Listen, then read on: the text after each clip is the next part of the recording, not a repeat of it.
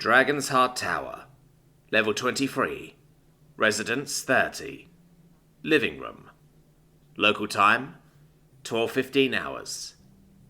Thalmin. Dread, fear, panic, and anxiety. All of these emotions threatened to rush to the surface with the unbridled ferocity of a berserker out of manner. Dread, for the sudden disappearance of a peer in all but name. Fear, for the consequences that will inevitably follow. Panic, for the abrupt disruption of a straightforward plan. Anxiety for the potential of failure, and the ramifications of that failure on those around me, those that I had promised nothing short of a complete victory. A second was all it took for these thoughts and emotions to surface, and a second more was all that was needed for those very thoughts to take root. I couldn't give them that chance. It was just not the Havenbrockian way. The Proving Dens had taught me better than to succumb to the whims of the Runt-born heart. It taught me the importance of controlling one's emotions, and the difference confidence and stoicism made between life and death. From the battlefield to the banquet table, and the map rooms of the Great Hall, this rule had kept the Havenbrockian house afloat and slicing through the waves of challenges we faced. This situation was no different. In fact, if anything, it called for an adherence to the lessons of the Proving Dens, as I called upon feelings of anger and frustration to temper the encumbering emotions that threatened to plague me. Ultimately, though, all this boiled down to one thing. I couldn't fail Thacia or Emma. Not when the issue at hand was barely an issue at all, if it wasn't for the Academy's vague threats of draconian punishment. All right. I began taking a deep, growl-ridden breath. Action is the word to indecision, so act.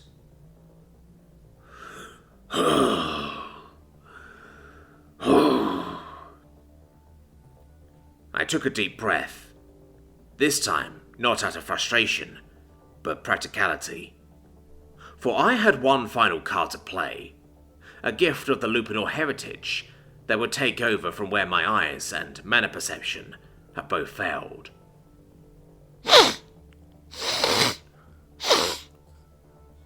I still had my keen sense of smell to rely on. The world around me practically lit up in a dizzying array of scents. This was where noble sensibilities born out of the Nexian reformations clashed with the intrinsic nature of Illunor heritage. The Nexian reformations claimed that the measure of one's civility was determined by the distance one placed between the animal and the person. Etiquette and the social decorum that followed was thusly determined by how far one distances themselves from what the Nexians considered as animal-like behavior. Civilization was, after all, the testament of the triumph of the mind over the desires of the flesh. And to be civilized meant the adherence to that which de-alienates the person from the animal. Culture. Our keen sense of smell, our ancestral drive for the hunt based on scent alone, were simply incompatible with this worldview. But when the choice was to do or do not, with the latter being arbitrary and the former being innately useful, then there was no choice to be made at all. That was lesson 394 from the Proving Grounds, courtesy of my uncle. And it would quickly prove to be a valuable lesson for the present.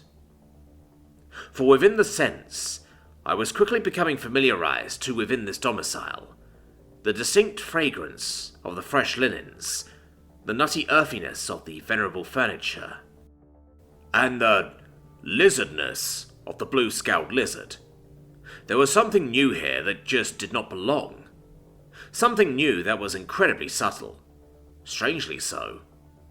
But that hit me hard the moment I started focusing. It was the smell of acrid pungency, one that tickled my nose with what felt like bits and pieces of coarse dust that was invisible to the naked eye. it was the undeniable smell of smoke and the distinct sensation of ash. A renewed surge of confidence took over me, as I felt my heart suddenly pumping with a renewed vigour. My pupils dilated, and my whole body felt ready to surge forward at a moment's notice. I was now well and truly on the hunt. Keeping my eyes peeled and my manner perception open, I moved swiftly to the source of this foreign smell.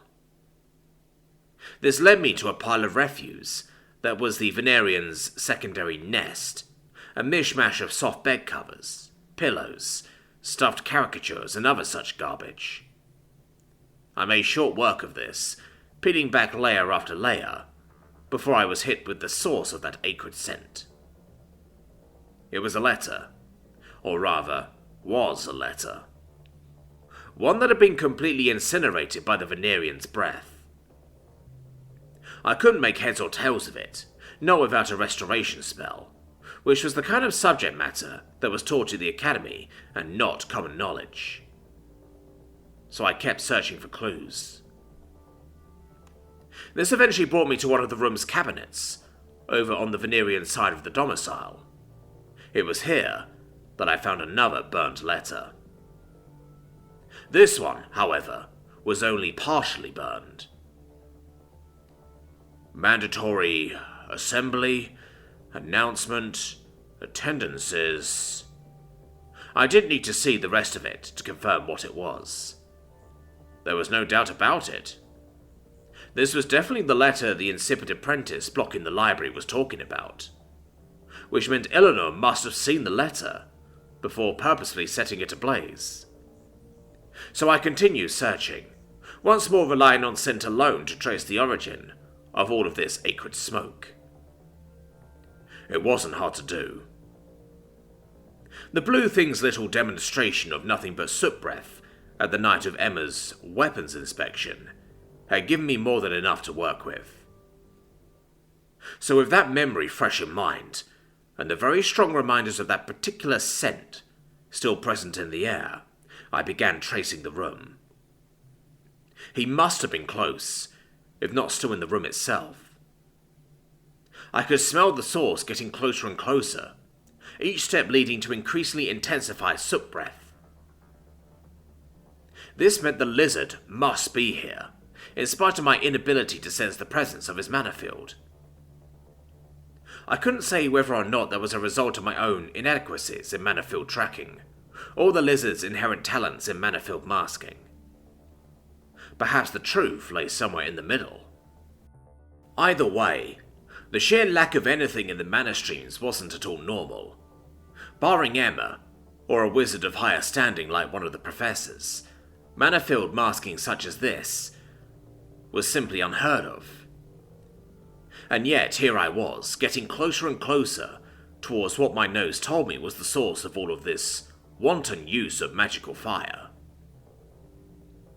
The scent eventually took me to the second floor loft of the domicile, one which circled the entire perimeter of the room.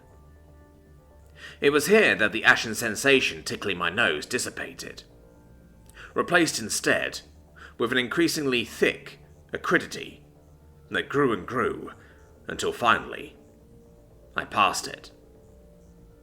I'd passed the point of maximal intensity without seeing anything out of the ordinary.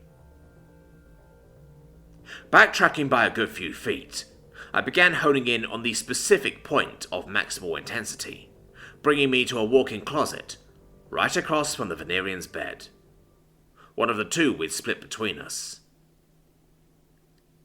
I began opening up my mana field even more now, pushing, pulling, tugging against the latent currents, and yet there was nothing.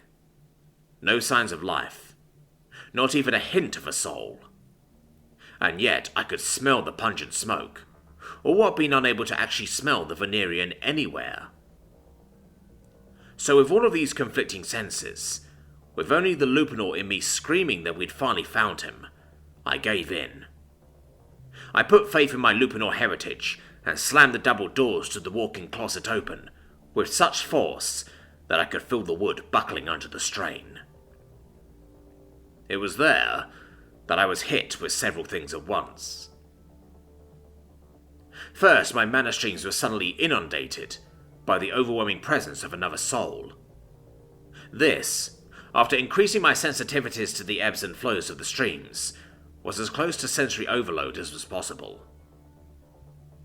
Second, my eyes barely caught a glimpse of something blue zipping across my peripheral vision, having literally entered into existence without so much as a footstep.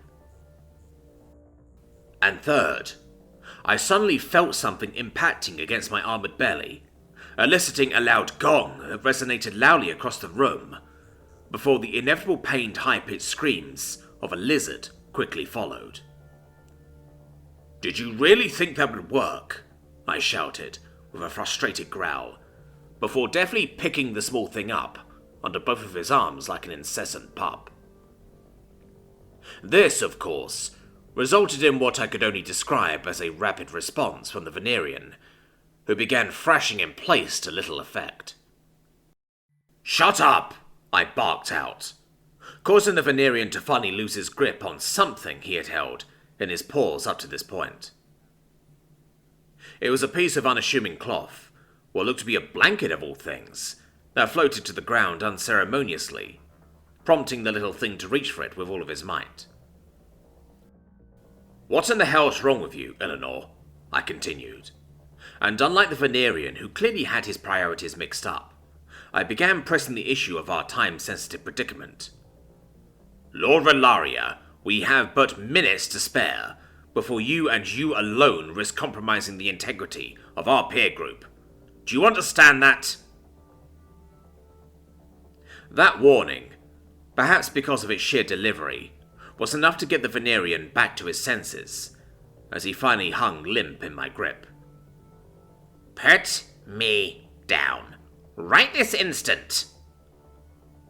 Illunor seemed to finally come to his senses again. His request, however, was laden with risk, despite being the most socially acceptable thing to do at this point in time. "Are you going to scamper away again?" I asked threateningly, through a series of growls. "No." "Do I have your word, Lord Rellaria?" "Yes."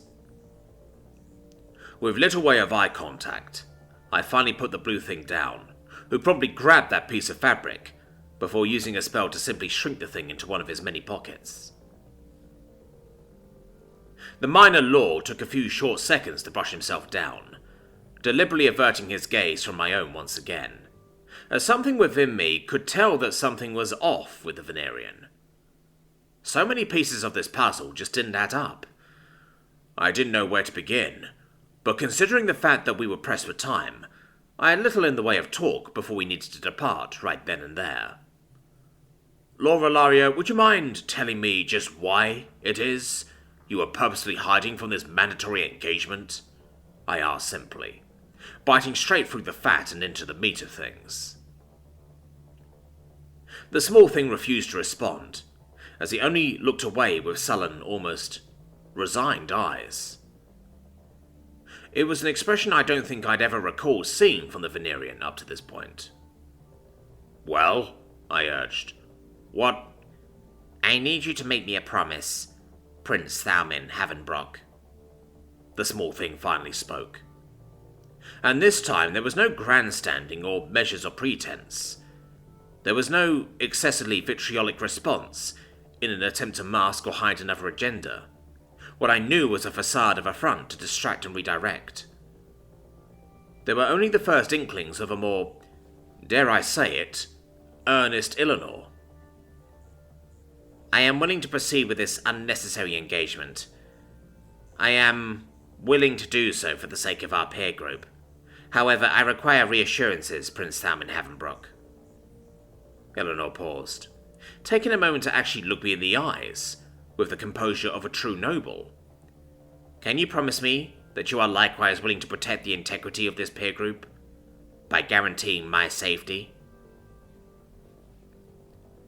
The circumstances surrounding Ellanor's hiding suddenly became clear to me, as did a great number of additional questions that entered soon after. "Elanor, I can't—" "If you do not, then I shall simply dematerialize once more, and lay in hiding until your arbitrary time limit runs its course," Illunor threatened. The little thing knew that time was not on my side. He knew that the hand of negotiation was well and truly on his side. That, or he was bluffing about his capabilities. This whole situation reeked of duplicitous undertones. And whilst part of me knew I could potentially use violence to press the matter forward, I had a feeling like that wouldn't work out well right now, not if his capabilities were well and truly able to circumvent my efforts. "Well, fine," I admitted, with a low, dulcet growl. "But only for the duration of this meeting," I continued, making sure to set clearly defined boundaries to this otherwise vague agreement. "And then, you must explain everything to me, and to the rest of the group." "I can only agree to explain that which necessitates explaining," Elanor interjected, as I felt a low buzzing in my pocket for my timepiece. It was time to go. "We'll dictate those terms when we cross that bridge. Now let's go." The Transgression Academy for the Magical Arts. En route to the Grand Assembly Hall. Local time, 12:44 hours. Emma Booker. The past hour was a confusing mix of genuinely engaging conversations with Thacia, internal housekeeping with the Eevee, and a constant sense of FOMO from having let Thalmin tackle the discount kobold alone. I was practically at the edge of my seat when the pair finally decided to arrive in the nick of time, averting some highly unnecessary Academy-grade drama by just under a minute, as the doors closed behind them with a resounding clunk. As the pair finally sat down, I perked my brow up to see Illunor, wrapping himself in what I could only describe as a blanket. With the room now sealed off from the outside world, there was a marked improvement in the overall acoustics, which served to enhance the whispers of intrigue and gossip amongst the chatty ranks that made up the student body. The Eevee was quick to pick up on them, relaying them to me just like it did right from the very first day. "Completely unnecessary. I was already making headway towards the town as is." "What is this all about? The dragon? Where I come from, dragons are a dime a dozen." "I heard this is about the explosion earlier this morning. Something about a magical cataclysm?" "Well, aren't we lucky to be the year group that ushers in a local cataclysm?" "Shh! It looks like they're starting."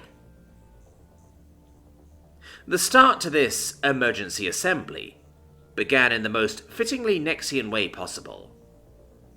It started with music. The curtains blocking the stage were slowly unfurled, revealing a full-on ensemble of musicians who began playing what I could only describe as a sudden and forceful tune to gain the crowd's attention, before stopping as abruptly as they started. It was only when the whispers had died down that the music began in earnest. This time, proceeding more traditionally, starting with a slow bowing of string instruments, followed up by a series of heart-thumping drums, before finally finishing off with a resonant clang of what sounded like cymbals. A second pair of curtains behind the musical ensemble opened soon after, revealing a stage dominated by a large podium. Behind it was a long, uninterrupted table, covered by an equally long cloth with tapestries and ceremonial shields decorated with ornate crests of wildly different designs, the colours of each crest popping out against the white backdrop that was the tablecloth. Familiar faces populated the stage, with Professors Vanavan, Chiska, Belnor, Articord, and more that I vaguely recalled from orientation, standing next to their respective seats. This packed roster, however, was interrupted by a single, lonely seat. A seat that looked all the more empty and out of place by the sheer turnout of those on stage, not to mention the packed crowd within the audience. "Alert! Localized surge of mana radiation detected. 400% above background radiation levels. Another mana radiation alert preempted the arrival of the final element to complete this lineup, as a certain white-robed dean teleported in on a series of ethereal clouds that swirled up in the air above the stage to form a whole person. The wisps of white quickly materializing into a physical form, with arms far outstretched to his sides, hovering slowly onto the ground with a rushing breeze. The whole thing prompted me to question just how far this T-posing elf needed to go to assert his dominance, since my experiences with teleportation magic so far has shown that clouds and other theatrics weren't a necessary prerequisite to teleportation magic. Students, esteemed and respected peers of this great place of learning, I have called upon the expectant oath of the Guardian to humbly and respectfully interrupt the proceedings of this grace period for the purposes of preemptively addressing certain unexpected developments, of which many of you may already be aware of. The man made an effort to make eye contact with the crowd, but for a split second, he seemed to do what only Thacia, and to a limited extent Thalmin, was capable of doing up to this point. He made eye contact with me through my opaque lenses, in what felt like the most effortless move imaginable, before promptly moving on. For those of you who may be unaware, allow me to elaborate. During the 3rd and 4th hours, prior to this morning's dawn, the town of Elasir was struck by a series of unprovoked and cowardly attacks by the hands of an as-of-yet indeterminable party. A series of whispers threatened to erupt within the audience again, but was promptly shot down by the musicians still on stage, playing a series of sharp tunes that caused them to stop in their tracks. The dean continued on without missing a single beat. These attacks resulted in the damage and subsequent partial destruction of an Academy-affiliated life archive and transportium holding facility, bringing the Academy's full involvement in what would otherwise be an Elasir-exclusive incident. The sudden and unexpected arrival of an amethyst dragon during the course of these attacks is known to us, and what's more, the reports of unexplained beastly howls preceding the attack is likewise known to us. The dean paused, his compassionate yet calculating eyes taking stock of the reactions of the crowd, more specifically, at the students sitting in the front row. Those of you within the crowd who may fancy themselves ever the analytical sort may already understand the scope of this attack, and the parties that could potentially be involved. Nevertheless, this matter is one that none of you, let alone first years, should concern yourself about. The Academy and its investigative bodies are already in the process of pursuing these culprits, and rest assured, with the aid of the Academy, Elasir will quickly find and bring the parties involved to justice. Playing those werebeast noises to scare off those civvies in the area certainly helps with your narrative spin, doesn't it, Dean? I shouldn't have been surprised. In fact, that was probably why I wasn't necessarily nervous about this whole assembly in the first place.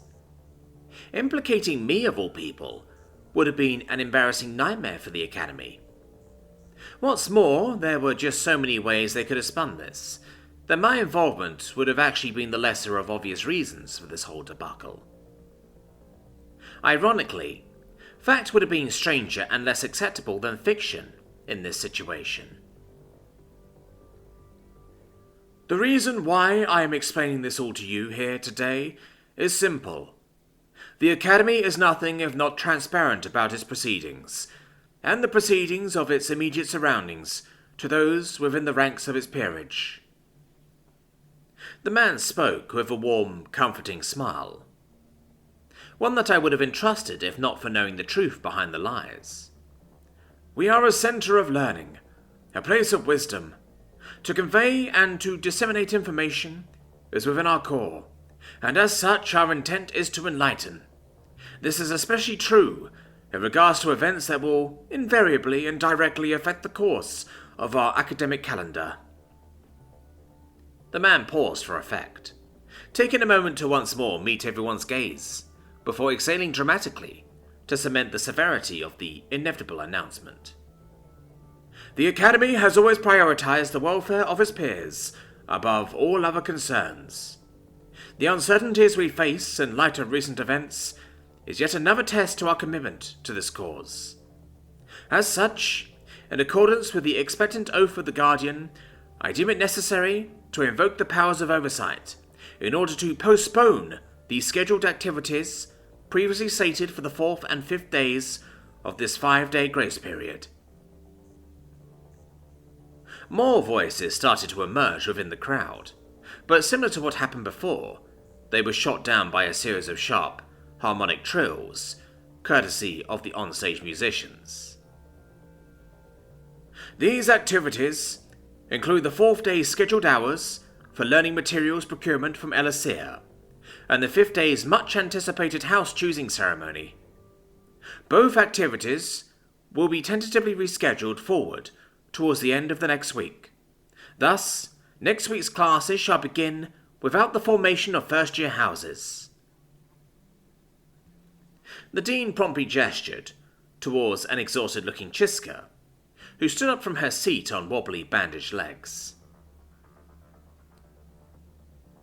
My department shall be posting updates on these 2 activities on the Grand Community Board, as well as announcement letters to be sent to each of your dorms when the time comes.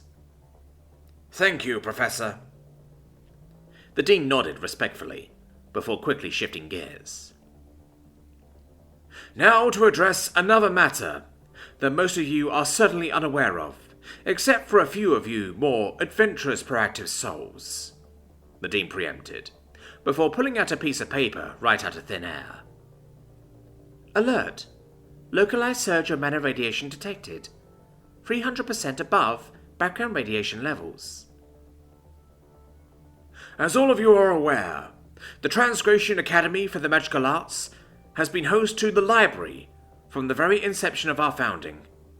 Indeed, we pride ourselves in being the single, longest, uninterrupted host to the compendium of all that ever was and all that ever will be. This is in no small part a direct result from our discipline in maintaining and respecting the unspoken codes of conduct when accessing its services. It is this ceaseless adherence to our vows of mutual respect that has allowed us to maintain open access to the library throughout the untold eons. These vows, however, have seen their first violation in living memory. A violation committed at the hands of one of our own peers. The Dean paused, as if waiting for some sort of response, almost daring anyone from the audience to whisper or mutter out something. The crowd remained silent all throughout, as if they all collectively realized the severity of the situation. Starting tomorrow, in place of the house-choosing ceremonies, there shall be an investigative council that shall call upon those within reasonable suspicion of this vile, malicious action. Those of you in suspect shall be called upon as a group or individually. You are free to roam the grounds or remain in your dorms, for we will know where you are when the time comes, the man announced ominously, which seemed to shake the whole room to its core. Heads began turning in every possible direction as a result of this, as I noticed Thacia and Thalmon's expression shifting to that of a renewed sense of concern. Illunor, however, seemed to watch on not in boredom, nor even in anxious concern like everyone else, but instead in what I could only describe as a look of a deer in headlights. Are there any questions? The Dean suddenly added, which was surprisingly answered by a lone reptilian hand belonging to one of the students in the front row. Yes, Lord Quiv Ratom, the floor is yours. Quiv stood up, patting down his uniform as he stood tall and with a practiced posture before speaking. Thank you, Professor Alatan Roar Astor. I have but one question to bring forth to your attention. The man cleared his throat before continuing. Does all of this mean that the library is currently off limits pending investigation? The Dean's face maintained its warm, friendly complexion as he took a few seconds to ponder Quiv's question. Yes, he replied simply. The library will be off limits for the duration of this investigation. Quiv took a deep bow at the end of that answer, then promptly spoke before retaking his seat. Thank you, Professor Atalan Rorastor. I defer the floor back to his rightful master. Whilst growing concerns and anxieties over the potential lockdown of the library began rearing its ugly head inside of my mind, a thought suddenly emerged that was the potential answer to this whole unexpected development. I raised my hand, much to Thasia's shock and to Thalmin's interest, as the Dean narrowed his eyes my way and nodded. Yes, Cadet Emma Booker, the floor is yours. He spoke in that same reassuring tone of voice that I knew was full of crap. I turned to Quiv for a second, deciding to take a page out of his book of decorum by standing up and then going through the motions. Thank you, Professor Atalan Rorastor. I paused, bowing slightly. I just have one question. Would you be allowed in if you had a library card? The Dean couldn't help but chuckle at that question. It was a warm chuckle, a patronizing chuckle, hiding within it a certain level of condescension. The man actually took the time to pause before causing another spike in mana radiation. Alert! Localized surge of mana radiation detected. 300% above background radiation levels. In order to materialize his own library card out of thin air, as if to demonstrate his next point. You mean something like this? He paused for effect, twirling the small metal card in his hands for good measure, allowing me a chance of getting a good look at his card. Strangely, whilst most details were similar to my own, it was the actual colour and material that seemed different. The Dean's being a pearlescent whitish gold, as opposed to my card's traditional yellow gold. If you indeed possess a grand artifact such as this, then I do not see any issue in allowing you or anyone else who possesses such a gift access to the library at this time. This card demonstrates the integrity of one's character. It serves as a mark of honor and a symbol of virtue. It shows that you have been vetted, scrutinized, and probed by one of the wisest, oldest beings in all of existence, comparable only to His Eternal Majesty in his wisdom and judgment. It is highly unlikely, then, that the holders of this artifact would be in any way responsible for acts of encroachment and in violation of the library's sanctity. I hope this answer has been sufficient, Cadet Emma Booker, despite it clearly being inapplicable to your case. It is, however, commendable that you broach such curiosities whilst being outside of the circle of the privileged few who can actually utilize it. He paused for effect, causing a slow but gradual uproar of chuckling within the crowd, which eventually evolved into all-out laughter. It was at this point that I knew I had a unique opportunity in my hands. An opportunity to kill so many birds with one stone. I had the attention of the entire room. I had just been dealt a verbal smackdown that I had the perfect counter for.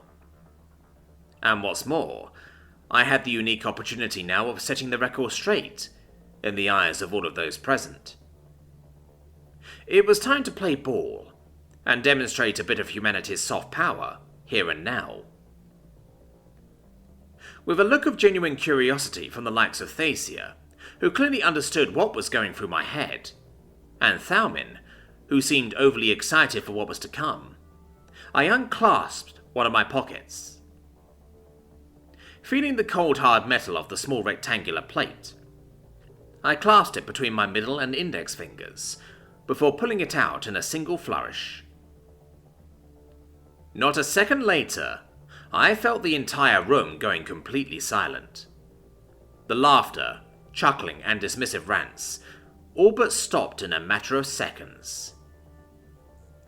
The silence was deafening, so much so that I could make out a few gasps of shock from far away in the distance. There was no response from anyone, not especially from the Dean himself, who now stared blankly at the card, focusing on the helmeted portrait that without a doubt confirmed its owner.